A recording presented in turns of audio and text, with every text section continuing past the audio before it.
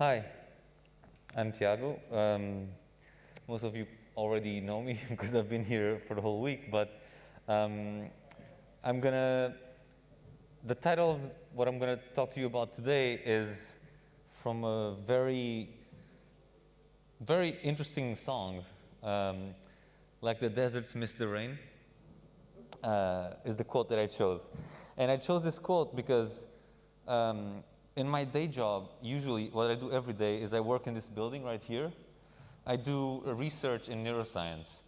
And what I do is has a lot to do with very minute details in studying very small things about very small systems in our brains.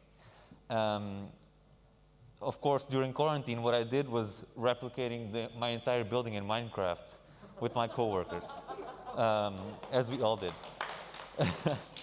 But in all seriousness, I've developed a few projects in the last 5 years. One project that I developed was called Hext. You can see it on the right. It's basically a video game to study how people make complex decisions. And you can download it right now on your Android phone. And if all goes well next week on iPhone also, by just searching for that name, Hext, on the Play Store.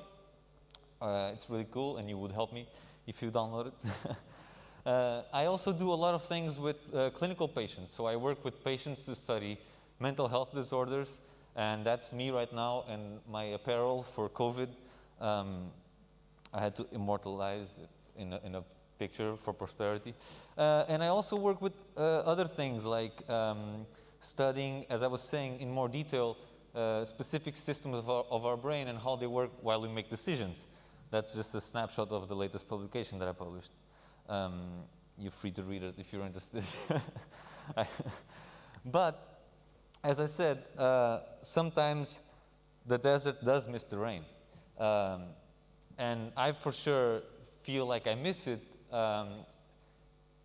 And in rain, what I call rain is creativity, exploring art and exploring projects for the sake of it, not because I'm looking for some answer to something, but because I'm exploring what comes from me somehow, I don't know.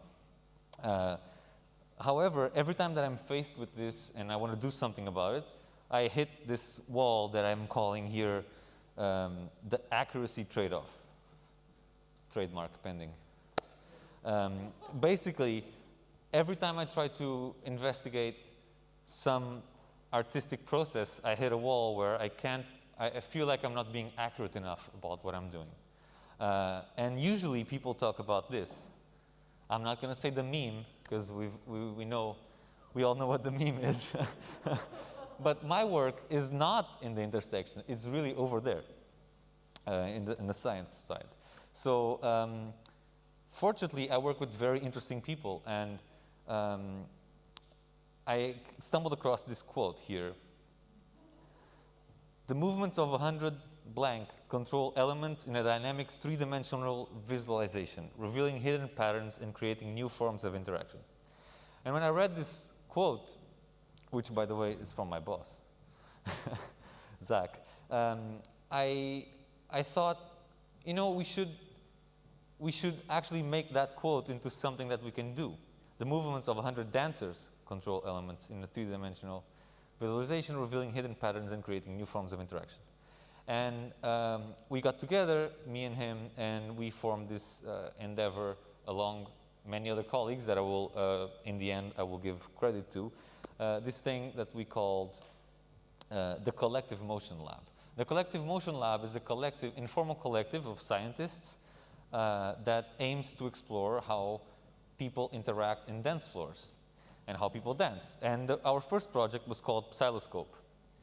As you see from the aesthetics, it was in a trance festival called Boom. It's a very famous festival in Portugal. And basically, we had a team of about 15 people. We developed custom hardware and software to study how people would dance in synchronicity in this festival. Here's a little demo of an early prototype. I don't know if the video will play. Yeah, it's playing. There's sound? No. It's okay if there's not. Well, it comes from my laptop, but that's fine. Yeah, and basically these devices, as you shake them, this is too loud, I'm sorry. As you shake these devices, you can see that you can make things on the screen move, and you can also see that the visuals we came up with are really bad and boring. So what we did is we collaborated with an artist called Manu Kaledo. He's an impressive artist that builds installations, and that, for example, was the first sketch he did of the thing we worked on at Boom. It's, as you can see right there, that's in meters. It's a 14-meter tall structure. This is him building the structure. This is how it looked like when I first arrived. He had a total of 1 piece of fabric on it, and it was 3 days before the festival began. That led to many hours helping him, and dehydration. That's me, very dehydrated, working and assembling GPUs in the desert. And that's the end product. It looked really good, and then that's how it looked like when we were projecting on it. So basically, people were dancing in front of this huge structure. We had 50 different sensors, so we had 50 different dancers, and we analyzed their synchronicity dancing, and they would be able to see how synchronized they were through feedback in this huge canvas. Here's another photo. Yeah. Then, as everything, after you dance a lot in the desert, the dust settles. And after the dust settles, we decided that this was a lot of fun, and we wanted to do some more. So we formalized our lab under this name. This is our logo. You can check us out at cmlab.online. In the end, we'll have a further link. And just about when we finished this, by coincidence, this is not scripted, we met someone here in this room, Luis. Has a very beautiful photo here. We decided to write a project together to do something like this, but in a larger scale. Now, this was our first ever grant submission as CMLab. We didn't get it. And this is our first schematic. The basic idea was that now, instead of just sensors, we would have all sorts of sensors that gyroscope sensors. We would have all sorts of sensors that we could come up with, get them into a computer, and then broadcast them into any type of technology that you could find in a party, like lights, DJs, projections, anything. Lasers, we love lasers. So what we did is we talked with Luis, and we came up with this partnership at Lux, where Lux, I have to say, is probably the oldest and most prestigious club in Portugal. It's in Lisbon. And it has a very cool ceiling lights. I'll show you. Those are the ceiling lights seen from above. You usually don't get this angle. And we had these lights to work with and these lasers to work with. And the challenge that Luis gave us as he was curating the night was, let's do something that is immersive. It makes the party go to the next level, but people aren't really aware of it. It should be something that is organic. It should be something that makes people feel engaged without us giving them what we were doing before, which was this will make a congruent movement on the screen. We wanted to have something that is, what? Exactly. So this is what it looks like. We came up with an array of 20 infrared cameras assembled in this building. They were non-visible. There was non-visible light, so we could track people while they were dancing. This was pitch black.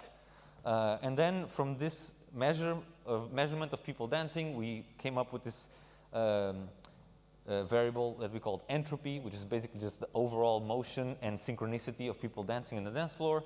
We fed it into our booth together with bunch of other signals. For example, an EEG from my colleague over there, or over here, someone's heart heart beat while they were doing some drugs. In this case, it was cocaine.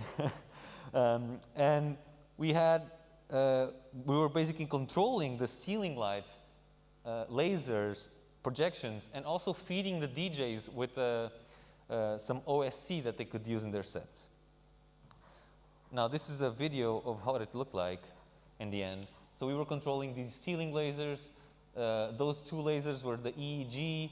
So the more focused the person was, the more concrete the images got. This was a person meditating for a long time, so it was really concrete.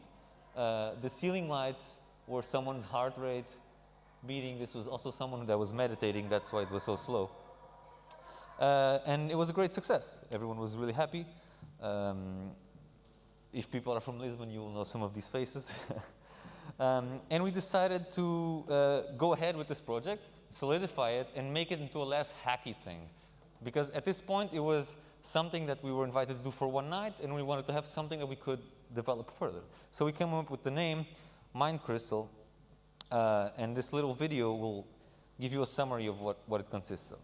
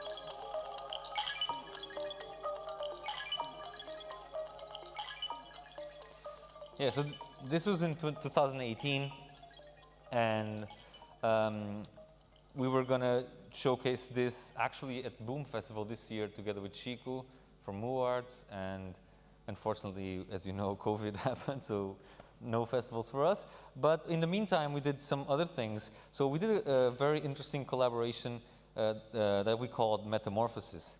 Now, Metamorphosis is a collaboration that was a little bit outside of the collective aspect, but it still had dance involved in it. With Irache Ansa and Igor, they are two very prestigious dancers from Barcelona. They're based in Barcelona. And basically, the challenge that they gave us was to have a performance of improvised dancing where we would project on their bodies visuals in real time with no processing and no rehearsals. So what we did was we developed an algorithm that we managed to make into this level of accuracy. So we managed to track their bodies again with dark lights and stage lights and strobes and everything. So it's really important for us, and we always make sure that we are not compromising the artist's work in any way. So this is all done with, we just say like, you do your show and we'll figure it out.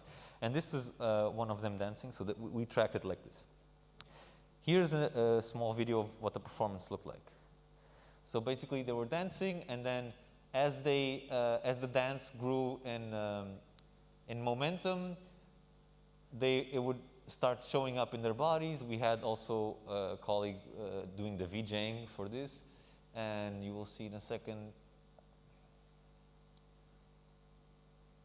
as they start moving more, then the projections will come into their bodies. I actually have no way of moving the video forward here.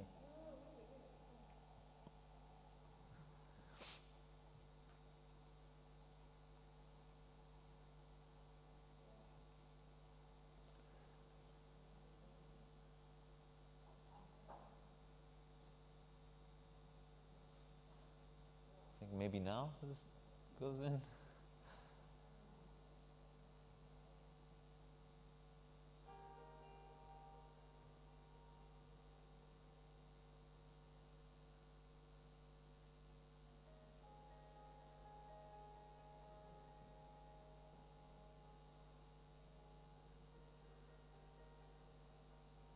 So this was very challenging because tracking bodies in real time and then running these computations on the GPU, because this was all done with shaders, is really hard.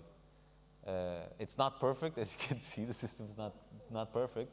Also, the filming angle is a bit weird because people were like further down, so for the audience it would look much better. It would look like really fitting them, but from the top it was a bit weird.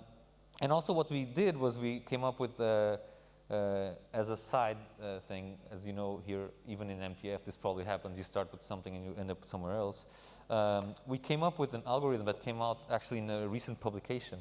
A colleague of ours, Mattia, that now has his own institute, sorry, his own group, came up with this. This, what you're seeing right here is not a real video, it's not real tracking, it's an artificial intelligence, it's basically a neural network guessing what the artist would do after being trained on their dance moves. And the training data was about 20 days of rehearsals, which was the time that we had with them. And yeah, this was very novel because it's actually quite hard to do this type of stuff. And then the last thing I have to show you, I think I'm 2 minutes over time, but is it okay? Was another collaboration that we did with Federica and Razvan. They were in University of Tübingen, and now they moved also to Lisbon to work with us. And it was called the open field. Now, the open field is a very classical experiment in neuroscience. Basically, what neuroscientists usually do is we have an animal. It could be a mouse, a cat, these usual animals that neuroscientists do research in. And what you can do is you can grab this animal, just put it in a box, and then study how it explores this box, given the constraints that you give it. For example, you can hide food in several places, see how they look for food, etc. Now, the challenge was, what happens when you give a human this type of exercise? So we decided to grab a room, an empty room, and then have humans go into it and explore it. And we recorded how they did so. Now, this is a small video from the top. Now, crucially, when you have these mice doing these experiments, what you do is that you want to perturb their perception in some way so that it becomes interesting to see some outcome from this video. So, for example, you can make the animal feel like it's running slower. So maybe will it start speeding up, something like that. So what we did is we came up with this system. It's a wireless VR headset that it has 4 cameras on the front, and we can basically project back to you what you're seeing normally, or we can start perturbing your vision with maybe flip it, maybe turn it around, and then we could see how people reacted when we gave them different stimuli. So that was really cool project. So these are some projects that we did as CMLab. We did others. This is what it looked like. She's a bit lost. And these are, I guess, the little escapes that me and my colleagues do to approximate a bit the other side of this axis. But as I keep seeing, it's really important to me to always collaborate with artists, because as the nerd that I feel like I am, I have a hard time making things that are sensible. And if this project has taught me anything, is that it's really important to let go of, if you remember in the beginning I showed you this accuracy, it's really important to let go of this accuracy sometimes to get something more beautiful out of stuff. So yeah, I was supposed to give this thing on the first day, so I put this here. This is actually in the lyrics of this song that I named the title of. Back on the train, I asked, why did I come again? And I did come here by train, and I do ask why I came to this type of event again. And my answer is because I want to explore something like this, where I can finally meet them at the intersection, I guess. So yeah, these are all of my colleagues. I hope I didn't forget anyone. I don't think so. And on the top, the people that we collaborated with that were on the presentation. There's others, but we didn't have time. Of course, also Chico and Muarts. which are not here yet, but maybe next year you will be on the presentation. Yeah, that's it.